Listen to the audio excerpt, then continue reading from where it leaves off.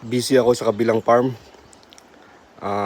Inaayos ko yung patubig ko dito kasi kailangan natin ng patubig para sa ating mga livestock at sa poultry natin. So itong tubig na to galing tong bundok.